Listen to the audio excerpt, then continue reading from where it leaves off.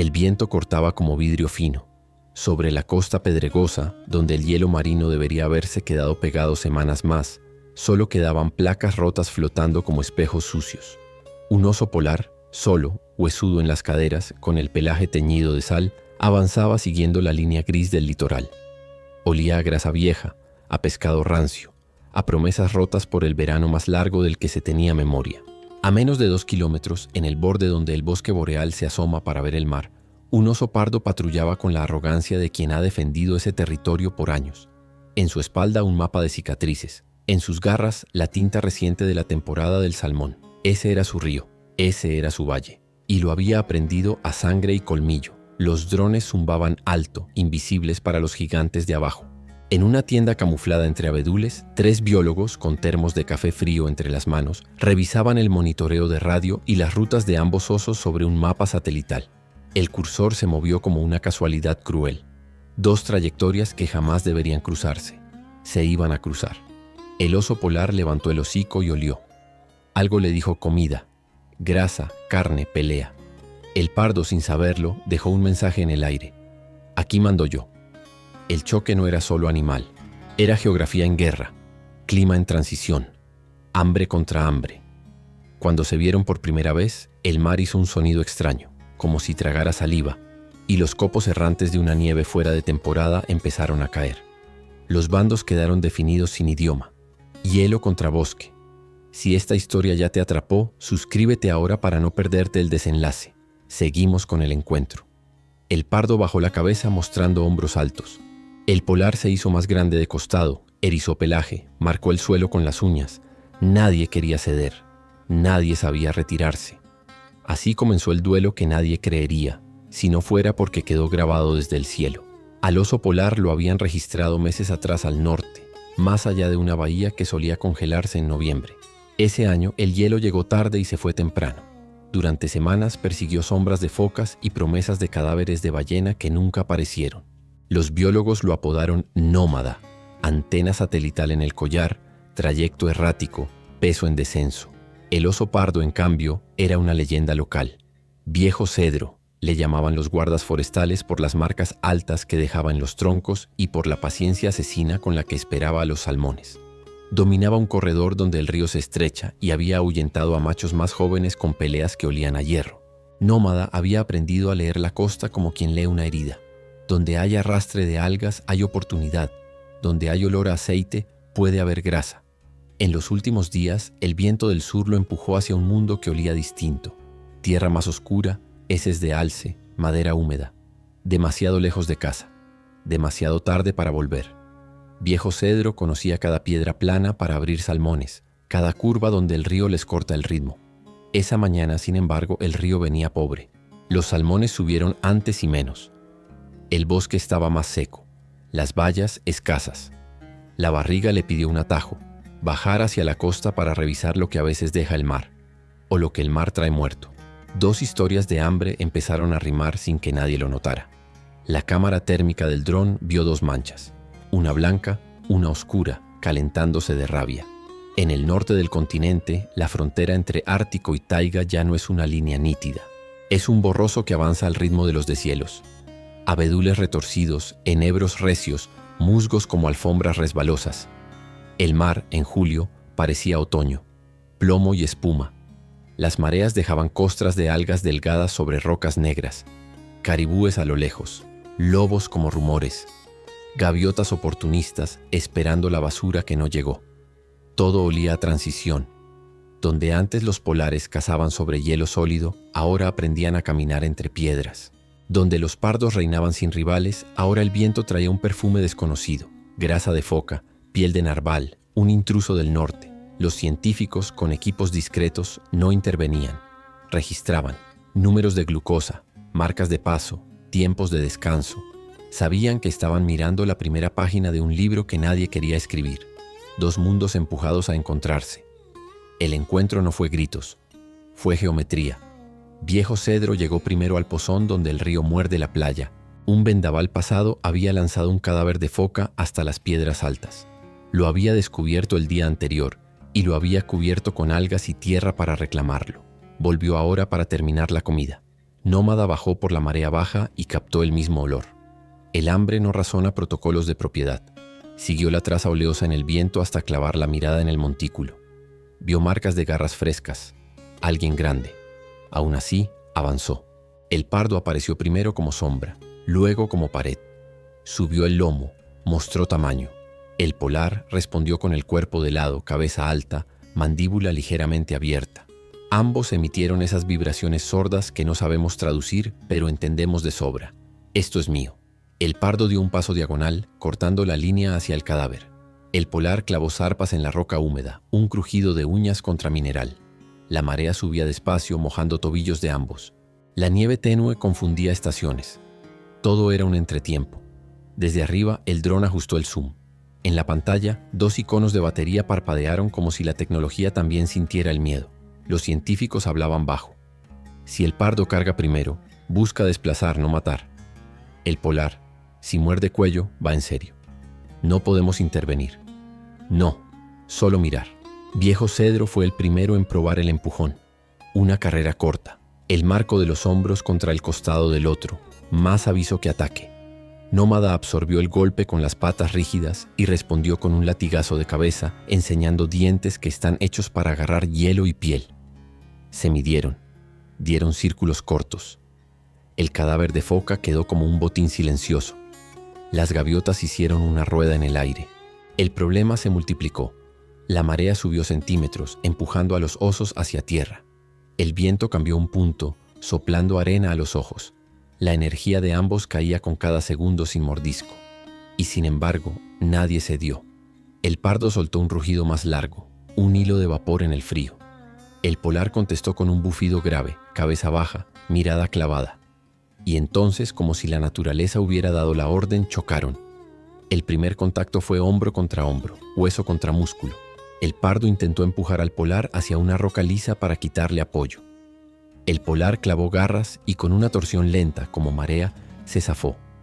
Dejó ir un zarpazo corto que raspó el cuello del pardo sin profundidad, un recordatorio de que sí trae filo. El pardo comprendió que no bastaba con desplazar. Había que cansar.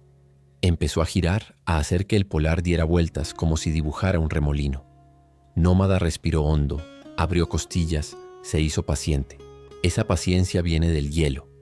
Esperar en un agujero por horas a que una foca salga a respirar. Sabe ahorrar. Intentó entonces una técnica distinta. Lateralizar, buscar el flanco donde la grasa del pardo protege menos. El pardo bajó la grupa, ofreció hombros fuertes, negó la entrada. Los colmillos chocaron una vez, 2, con ese sonido húmedo que hace la carne cuando decide no romperse. La marea ya les lamía las patas. Resbalar era caer. Caer era regalar el cuello. Los dos lo sabían. Nómada intentó guiar el duelo hacia piedras más rugosas, con mejor tracción. Viejo Cedro cortó ese camino 2 veces, como un defensa que sabe leer jugadas. Los drones registraron la fatiga en microsegundos. Movimientos más cortos, cabezas más bajas, respiraciones que ya no esconden su música. Un golpe cambió el ritmo. El pardo resbaló medio paso en una piedra mojada. No cayó, pero abrió una ventana. El polar entró con una mordida no al cuello, sino al músculo del hombro. Una táctica para restar fuerza. El pardo rugió de dolor y sacudió con violencia, liberándose al tercer tirón. La sangre, poca, pintó la nieve vieja. Las primeras tentativas dejaron cuentas claras. El pardo ganaba empuje, el polar ganaba técnica, pero ambos perdían calorías en un banco que ya estaba en números rojos. La tormenta ligera se volvió aguanieve. El frío pegó de golpe, cortando los músculos como cuerdas tensas. El pardo, más acostumbrado a bosques cerrados, odiaba los espacios abiertos donde el viento no encuentra paredes. El polar, criado en llanuras de hielo, encontró en esa amplitud una vieja confianza. El duelo se trasladó a una lengua de grava donde la marea dejaba charcos. Allí, los reflejos confundían. Un oso veía 2. Era fácil errar. Viejo Cedro decidió arriesgar.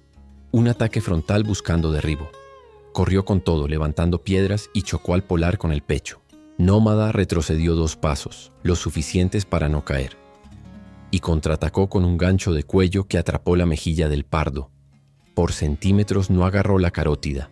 Los drones vibraron en el aire. En la tienda nadie respiró. El pardo rugió a garganta abierta y lanzó un zarpazo que sí encontró pelaje y piel. El costado del polar se abrió en una línea roja superficial. No era profundo, pero ardía como una maldición. Nómada reculó 1 metro, pestañeó nieve y cambió el plan. Dejó de responder y comenzó a dirigir. Hizo algo que pocos ven. Se dio terreno hacia la frontera del bosque, donde las raíces dan anclaje. Quería tracción, quería altura, quería que el pardo subiera a pelear donde los troncos estorban los giros anchos. Viejo Cedro mordió el anzuelo. Subió. Entre raíces y piedras fijas, el pardo recuperó ventaja de masa. Pero ahí, el polar puso el cuerpo de lado, usando el hombro como palanca y el peso hacia abajo, obligando al pardo a sentarse por un instante. Ese instante alcanzó para morder oreja. Un alarido. Sangre caliente en nieve vieja. La furia del pardo se reencendió. La pelea dejó de ser economía y se volvió tormenta.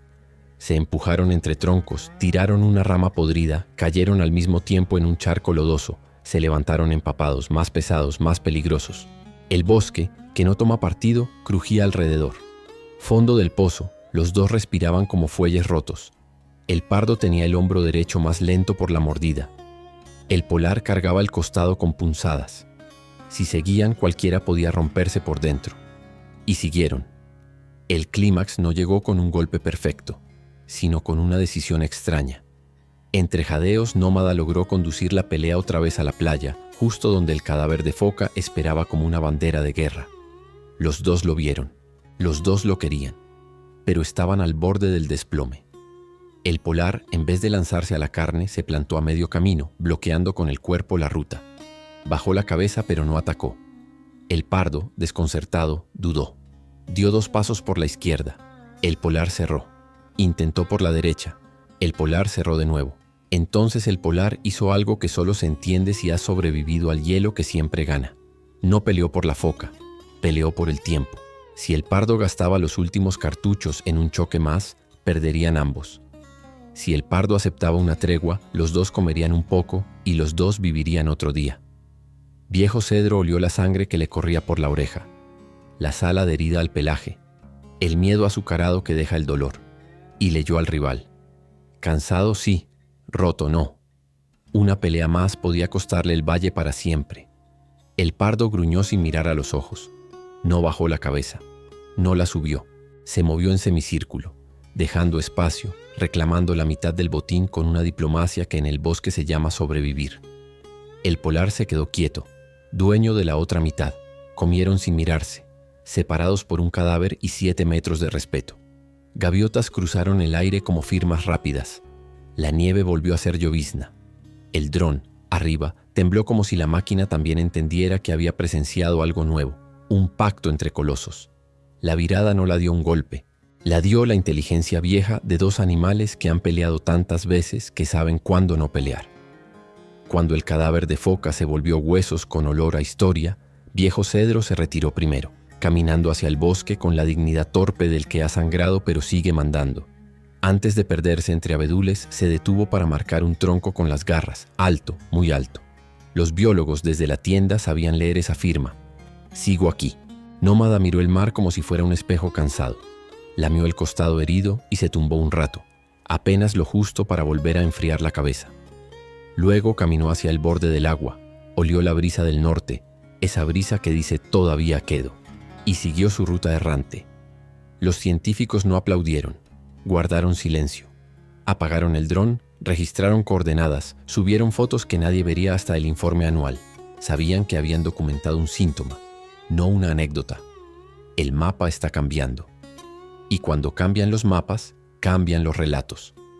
En el valle, los meses traerán nuevas crías de alce, bayas tardías, salmones tempranos o tardíos, quién sabe. Y el rumor de que una vez 2 reyes compartieron una mesa impensable. La naturaleza no escribe moralejas con tinta humana, escribe con hambre, con estaciones que llegan tarde, con ríos que no traen lo mismo, con hielos que se van antes. Cuando los límites se mueven, las especies se encuentran. A veces para devorarse, a veces para recalcular. Lo brutal no fue la sangre en la nieve. Lo brutal fue el escenario que empujó a un oso polar y a un oso pardo a dirimirse frente a un mar que ya no cumple su palabra. Lo inesperado no fue quién ganó, sino cómo. con una tregua que salvó horas de vida, calorías, territorio. Una tregua que, contada a la ligera, parece cobardía, pero mirada de cerca huele a sabiduría antigua. Si mañana alguien pregunta quién venció, la respuesta es nadie. Y ambos. Nadie cayó. Ambos aprendieron a vivir un día más en un mundo que les cambia el tablero bajo las patas. Tal vez, en el futuro cercano, escucharemos más de estos encuentros. Tal vez haya híbridos, rumores de osos mezcla, pasos que no caben en viejas categorías. Tal vez no. Pero esta escena, dos gigantes comiendo con un cadáver de por medio y un respeto improbable, nos recuerda que la naturaleza siempre tiene otro idioma. Hay que estar lo bastante cerca para oírlo, y lo bastante humildes para no traducirlo mal. Si esta historia te estremeció, suscríbete al canal y activa la campanita para no perderte nuestros próximos relatos de la vida salvaje. Y cuéntanos en los comentarios, ¿desde qué ciudad nos estás viendo? Queremos ubicar tu voz en el mapa y leerte.